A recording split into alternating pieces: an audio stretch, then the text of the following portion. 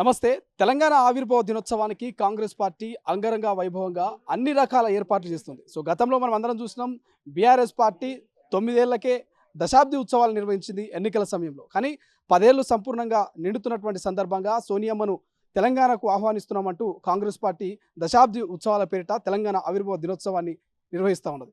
ఈ నేపథ్యంలోనే ఏదైతే రాష్ట్ర గేయమైనటువంటి జయ జయ తెలంగాణలో మార్పులు కావచ్చు, అదేవిధంగా రాష్ట్ర చిహ్నంలో కొన్ని మార్పులు కావచ్చు, కొంత వివాదాస్పదంగా మారింది, కొంత ప్రశంసలు కూడా తీసుకుంటుంది అధికార పార్టీ. ఇదే అంశం మీద మాట్లాడదాం. ప్రస్తుతం మనతో పాటు GHMC floor leader Congress party నాయకులు దర్పల్లి రాజశేఖర్ గారు ఉన్నారు. రాజశేఖర్ గారు, మీరు అంగరంగ వైభవంగా సోనియమ్మ ఆ రోజు తెలంగాణ ఇచ్చింది, ఆమెను తెలంగాణకు పిలవాలి, ఆమెను సన్మానించాలంటూ ఒక కార్యక్రమాన్ని పెట్టుకున్నారు. దీనికి ప్రతిపక్షాల నుంచి అనేక విమర్శలు. మొన్ననేమో కిషన్ రెడ్డి బలిదేవతను ఎందుకు ఆహ్వానిస్తున్నారు అంటారు, ఇప్పుడేమో రాష్ట్ర గేయంలో మార్పు ఎట్లా చేస్తారు, చిహ్నంలో మార్పు ఎట్లా చేస్తారంటూ అటు కేటీఆర్ కావచ్చు, ఇంకా ఇతర నాయకులు కామెంట్ చేస్తున్నారు. ఎట్లా చూస్తారు? ఇప్పుడు పాటల మార్పులు చేర్పులు అనేది ఆ కవి మీద డిపెండ్ అయి ఉంది కదా. అంటే వీళ్ళందరికీ ఏంటంటే అంత వీళ్ళు పైసలలో ఉన్న వాళ్ళు తన తిరిగినారు కదా.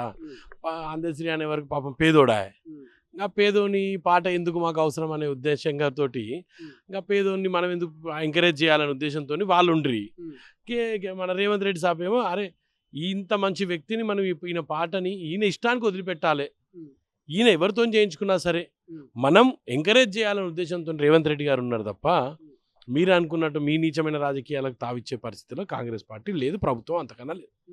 కానీ ప్రధానంగా అటు ప్రతిపక్షాలు కావచ్చు, కొంతమంది సోషల్ మీడియాలో కొన్ని విమర్శలు చేస్తున్నారు. తెలంగాణలో ఎంతోమంది కవులు ఉన్నారు, కళాకారులు ఉన్నారు, గాయకులు ఉన్నారు, మ్యూజిక్ కంపోజ్ చేస్తూ ఉన్నారు. కానీ ఆ కీరవానికి ఎందుకు ఇవ్వాల్సి వచ్చింది, మన తెలంగాణ వాళ్ళకి అవకాశం ఇవ్వచ్చు కదా అనేది బయట నడుస్తున్న చర్చ. పాట ఎవరు ఇప్పుడు అందశ్రీ పాటనే కదా, అందశ్రీ తీసుకుంటున్నాడు కదా అని. ఇప్పుడు ఆయన ఇష్టమైన డిపెండ్ అయి ఉంటుంది కదా, మన ఇష్టం ఏముంటుంది. ఆయనకి ఎవరిని ఇస్తే వాళ్ళతో చేయించుకుంటాడు. 10 ఏళ్ళు అయిపోయింది అబ్బా, తెలంగాణ వచ్చినాక 10 ఏళ్ళు అయింది. మేమేమంటున్నాము, తెలంగాణలో అందరూ బతకాలి, అందరూ జీవించాలని మేము అంటున్నాం. బతికేటోనికి ఏ రోజు తెలంగాణలో కానీ తెలంగాణలో వ్యతిరేకత లేదు. బతుకుని తీసుకుపోయేటోడు, మా బతుకులను అన్యాయం చేసేటోని మీద మేము వ్యతిరేకంగా ఉండే, అది అందరికీ తెలుసు. నేనేమంటున్నా, ఇప్పుడు దానివల్ల అయ్యే నష్టం ఏందో చెప్పండి నాకు. ఇప్పుడు దానివల్ల జరుగుతున్న నష్టం ఏముండే, మీకు ఏ విధంగా నష్టపోతున్నారు, తెలంగాణ వాదులకు ఏ విధంగా నష్టం జరుగుతున్నది. ఆయన కూడా అంత మేధావులతో కూర్చొని డిస్కస్ చేసినాకనే కదా ఇవన్నీ చేస్తున్నది. ఆయన సొంతంగా ఏదైనా డిసిషన్ తీసుకోవడం కాదు ఇదంతా. ఒక చీఫ్ మినిస్టర్గా ఆయన కనపడుతుంటాడు, కానీ ఎన్నో డిస్కషన్ చేసిన తర్వాత ఈ ఒక రూపకల్పన జరుగుతుంది. లోగో విషయానికి వస్తే కాకతీయ తోరణం కావచ్చు, చార్మినార్ను పాటలో అట్లాగే ఉంచినటువంటి ఆ లైన్లు అట్లాగే ఉన్నాయి. కాకతీయ తోరణం గురించి కావచ్చు, లేకపోతే ఇతర గోల్కొండ గురించి కానీ లోగో విషయానికి వచ్చేసరికి ఎందుకు తొలగిస్తున్నారు, రాజరికాల గుర్తులు ఎక్కడున్నాయి అక్కడ అని చెప్పేసి కేటీఆర్ ట్వీట్ చేశారు. మేము కేటీఆర్ ట్వీట్ని నేను ఒకటే అడుగుతా కేటీఆర్ గారిని. ఇప్పుడు పల్లకి ఎక్కిన రాజు గురించే కాదు, పల్లకి మోసిన బోయల గురించి కూడా చిహ్నాలు ఉండాలనేది మా బాధ. అర్థమవుతుందా? లేడి పిల్లని వేటాడిన వేటగాడే కాదు చరిత్ర అనేది. వేటాడడం పడ్డ లేడి పిల్ల గురించి కూడా మనం చరిత్రలో చెప్పుకోవాల్సిన అవసరం ఉన్నది. ఇవన్నీ కూడికలు తీసివేతలు చేసిన తర్వాత చిహ్నం రెడీ చేస్తాం తప్ప రాజుల కోసమో చేసే చిహ్నాలు కాదు. రాజులను మోసిన బోయల కోసం కూడా మేము చరిత్ర చిహ్నాలలో పొందుపరచడానికి ప్రయత్నం చేస్తున్నాము.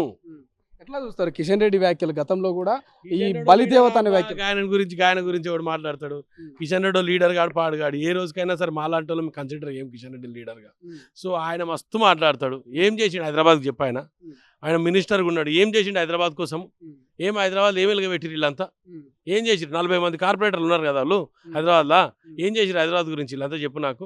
ఒకటే అడుగుతుంది, ఇంత పెద్ద ఫోన్ ట్యాపింగ్ ఇష్యూ అవుతుంది కదా, కిషన్ రెడ్డి మంత్రి ఉన్నాడు కదా ఇప్పటికి కూడా, ఇంకా 4 రోజులు దానికి ఉంటాడు కదా. ఉన్నప్పుడు ఏం చేసిండు కిషన్ రెడ్డి? ఎందుకు సిబిఐ ఎంక్వైరీ అడుగుతలేడు? ఎందుకు సిబిఐ ఎంక్వైరీ జరగదు ఫోన్ ట్యాపింగ్ పైన? నేను ఒకటే కోరుకుంటున్నా, కేసీఆర్ అరే నీ బిడ్డ క్షేమంగా ఉంటుండే కదా ఫోన్ ట్యాపింగ్ కదా నీ బిడ్డ మీద చేస్తే. వాళ్ళ అమ్మ ఎంత ఏడుస్తుండొచ్చు, అడిగిండొచ్చు నాకు తెలిసి తల్లి కేసీఆర్ని అడిగిండొచ్చు. మరి చేసినావు ఆ పిల్ల మీద కూడా చేసింటే పిల్ల ఇటుకాడు పడగల మనెంబడే ఉంటుండే కదా. ఓన్ పిల్లలు ఉండరు, ఆ పిల్లకి పిల్లలు ఉండరు, ఆ పిల్లలు పొద్దులేసి బాధపడుతున్నారు. అది లేదు వీళ్ళకు, వీళ్ళ స్వార్థాలే. దాని మీద ఆ పిల్ల ఆడ పోయింది కదా జైల్లో, ఆమె మీద ఏమైనా రాజకీయం చేసుకోవాలనే ఉద్దేశమే తప్ప ఈ పిల్లలకు కవిత దూరం అయిందన్న దాని మీద ఎప్పుడు ఆలోచన లేదు కేసీఆర్కి. నువ్వు అదే ఫోన్ ట్యాప్ చేసి ఉంటే కవిత ఇంటికాడ సేఫ్ ఉండేది, పిల్లలతో ఆడుకునేది కదా. ఆ పిల్లలు ఈరోజు కవిత జైల్లో, పిల్లలు ఇంటికాడ. ఎంత బాధ అనిపిస్తుంది అబ్బా. ఏం చెప్పు, అది ముందే చేయొచ్చు కదా. నేను కేటీఆర్ కూడా అడుగుతున్నాను, ఎందుకు ఇలా మీ నాయనకి ఈ ఆలోచన? ఎందుకు మీ నాయనకి ఆలోచన ఇవ్వపోతివి?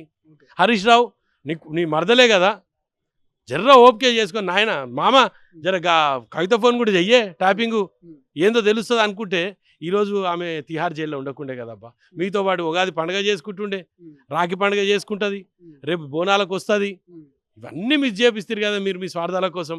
తప్ప శ్రీశైలం నేను చెప్పేది చెప్పు, చేసేది అదే రోజు చేసి ఇవన్నీ ప్రాబ్లమ్స్ ఉండకుండే కదా పాప. ఆ పిల్లకి ఆడ తీసుకొని తిహార్ జైల్లో పడేస్తుంది. అసలైన తొలి వెలుగు. ఫాలో వాట్సాప్ @తొలి వెలుగు official.